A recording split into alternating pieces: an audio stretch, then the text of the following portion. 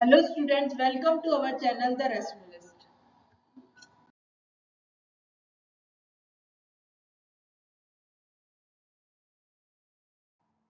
So let us begin with question number 1. Parts of flower which attract insect for pollination. ठीक है, तो flower का वो part बताना है जो इंसेक्ट को अट्रैक्ट करता है। तो जो फ्लावर के पेटल्स होते हैं वो कलरफुल होते हैं और अच्छी स्मेल प्रोवाइड कराते हैं जिससे इंसेक्ट उनसे अट्रैक्ट होते हैं। ठीक है, फॉर द पॉलिनेशन। तो पेटल्स होते हैं। ठीक है, तो हमारा करेक्ट ऑप्शन हो जाएगा पेटल्स।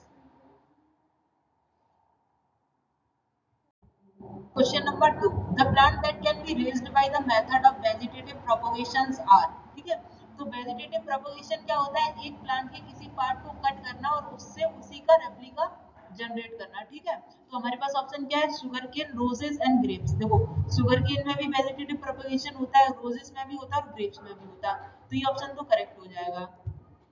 सेकंड ऑप्शन क्या है हमारे पास? Sugar cane, apple, potato. Sugar cane और पोटैटो में वेजिटेटिव प्रोपगेशन होता है लेकिन एप्पल सीड के थ्रू जनरेट किया जाता है। ठीक है, उसके बाद हमारे पास है बनाना, ऑरेंज एंड मस्टर्ड। तो देखो, बनाना और मस्टर्ड में भी वेजिटेटिव प्रोपगेशन होता है लेकिन ऑरेंज में क्या होती है? सीड। तो सीड के थ्रू नया प्लांट ग्रो किया जाएगा। उसके बाद हमारे पास है पपाया, मस्टर्ड एंड पोटैटो।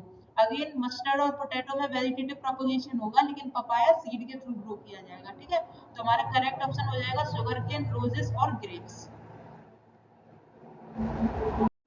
अब हमारे पास है question number 3. A zygote is formed by the fusion of a male gamete and a female gamete.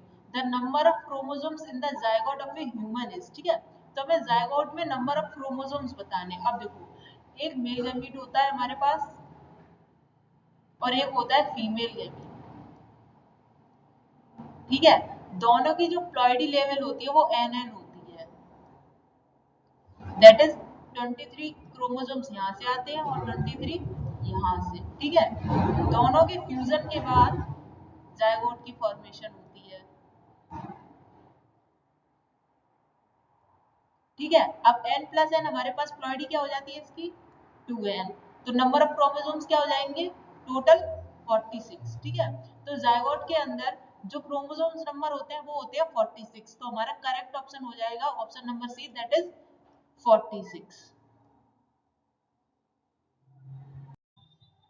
Question number 4. The incorrect statement about placenta is. ठीक है, तो प्लेसेंटा के लिए हमें इनकरेक्ट स्टेटमेंट फिगर आउट करना है। तो सबसे पहले ऑप्शन ये है हमारे पास, it is a disc embedded in the uterine wall. ठीक है, तो ये तो सही है कि ये डिस्क टाइप स्ट्रक्चर होता है जो कि एम्बेडेड होता है यूट्रीन के वॉल में। ठीक है, तो ये तो सही हो गया हमारा। उसके बाद ऑप्शन बी क्या है? It contains villi on the Ambrose side of the tissue. ठीक है, तो विलाई क्या करते हैं? न्यूट्रिशन को एब्जॉर्ब करते हैं, तो ये भी सही है। ऑप्शन नंबर सी क्या है हमारे पास? It has a very small surface area for glucose and oxygen to pass from mother to the embryo. अब देखो, इसका जो सरफेस एरिया होता है वो स्मॉल नहीं होता है बल्कि लार्ज होता है, क्योंकि एम्ब्रो को न्यूट्रिशन अच्छी क्वांटिटी में प्रोवाइड करना है। तो जो सरफेस एरिया होता है वो उसका जनरली लार्ज होता है, स्मॉल नहीं होता है। ठीक है, तो ये रॉन्ग हो जाएगा। उसके बाद क्या है? The embryo gets nutrition from the mother's blood through it. ठीक है, ये वाला तो सही है, तो हमारा इनकरेक्ट ऑप्शन हो गया option number C. Question number 5 है हमारे पास क्रोमोसोम्स। ठीक है, तो हमें क्रोमोसोम्स की प्रॉपर्टी बतानी है। फर्स्ट क्या है हमारे पास? Carry hereditary information from parents to the next generation. ये तो करेक्ट है। ठीक है, क्योंकि क्रोमोसोम्स का काम ही होता है हेरिडिटी इंफॉर्मेशन को कैरी करना फ्रॉम जनरेशन टू जनरेशन। ठीक है, उसके बाद क्या है? Are thread like structure located inside the nucleus of animal cell. अब ये भी करेक्ट है लेकिन इसमें एक मिस्टेक है कि एनिमल सेल के साथ साथ प्लांट सेल में भी प्रेजेंट होते हैं। ठीक है, तो इसलिए ये इनकरेक्ट हो जाएगा अभी के लिए। उसके बाद क्या है? Always exist in pairs in human reproductive cell. देखो, ह्यूमन रिप्रोडक्टिव सेल में ये सिर्फ 23 के फॉर्म में प्रेजेंट होते हैं, यानी सिर्फ 23 क्रोमोसोम्स प्रेजेंट होते हैं, जबकि जायगोट में 23 पेयर्स होते हैं क्रोमोसोम के। ठीक है, इन जायगोट।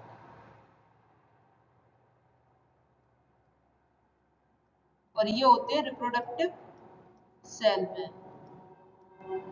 ठीक है, तो रिप्रोडक्टिव सेल में तो सिर्फ 23 क्रोमोसोम्स है, पेयर्स नहीं है इनके। ठीक है, तो ये गलत हो जाएगा। उसके बाद हमारे पास है fourth, are involve in the process of cell division. तो क्रोमोसोम्स की वजह से ही सेल डिवीजन होता है, ठीक है। तो ये भी करेक्ट हो जाएगा हमारा। तो हमारा करेक्ट ऑप्शन हो जाएगा फर्स्ट एंड फोर्थ, जो कि है हमारे पास ऑप्शन नंबर डी में। तो हमारा करेक्ट ऑप्शन हो गया option number D, that is first and fourth.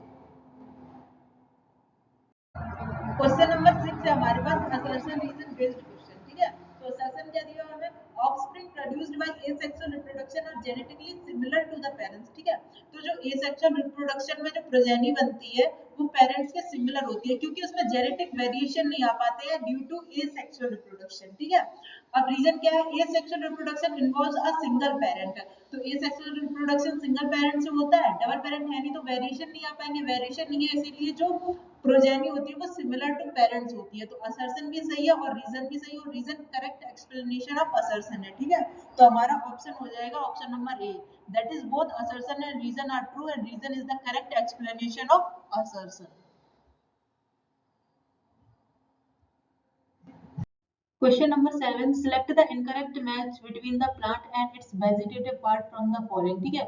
तो वेजिटेटिव पार्ट वो हो जाएगा जहां से प्लांट रिप्रोड्यूस करता है, ठीक है। तो सबसे पहले हमारे पास ऑप्शन है ब्रायोफ्लम, जिसमें हमें लीफ दिया हुआ है, ठीक है। तो ब्रायोफ्लम में होती है बडिंग, जो लीफ के थ्रू होती है, तो ये तो हमारा करेक्ट मैच है।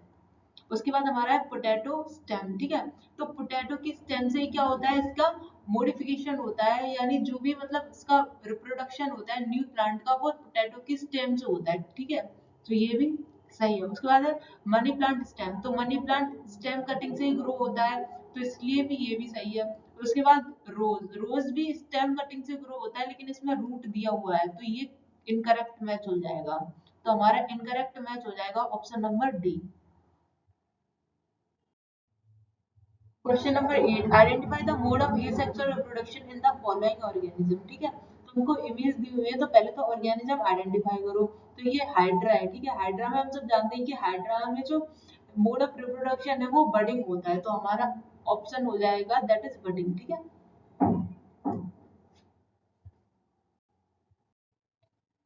क्वेश्चन नंबर 9 है हमारे पास, offspring formed as a result of sexual reproduction produce more variation because, ठीक है। देखो, जो ऑफस्प्रिंग सेक्सुअल रिप्रोडक्शन से प्रोड्यूस होते हैं वो ज्यादा वेरिएशन कॉज करते हैं, तो उसका रीजन हमारे पास ए दिया हुआ है, that is genetic material is contributed by many parents. अब देखो, जो जेनेटिक मटेरियल है वो कंट्रीब्यूटेड तो होता है, लेकिन मेनी पेरेंट्स नहीं, सिर्फ 2 पेरेंट्स से, ठीक है। उसके बाद हमारे पास ऑप्शन बी है, sexual reproduction is a lengthy process, ठीक है। तो लेंथी प्रोसेस जो है वो वेरिएशन को कॉज नहीं करेगा, ठीक है। लेंथ वेरिएशन का कोई रिलेशन नहीं है। उसके बाद हमारे पास सी है, genetic material is contributed by two individuals of same species to produce a new generation, ठीक है। अब देखो, जो जेनेटिक मटेरियल है वो सिर्फ और सिर्फ 2 पेरेंट्स से कंट्रीब्यूट किया जाता है, तो वो सेटिस्फाई कर रहा है। उसके बाद हमारा है same species to produce a new generation, ठीक है। तो वो सेम स्पीसीज के ही होते हैं, ओके। तो ये हमारा करेक्ट है। ऑप्शन नंबर डी भी देखे थे, DNA कॉपिंग is not accompanied by the creation of cellular apparatus। देखो, डीएनए कॉपी तो होता ही होता है, ठीक है। तो ये वाला भी गलत हो जाएगा, ठीक है। तो हमारा जो करेक्ट ऑप्शन है वो सी हो जाएगा।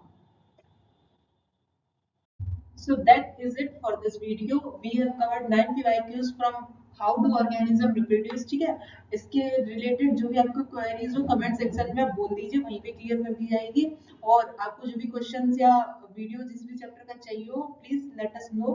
Thank you so much for visiting our channel.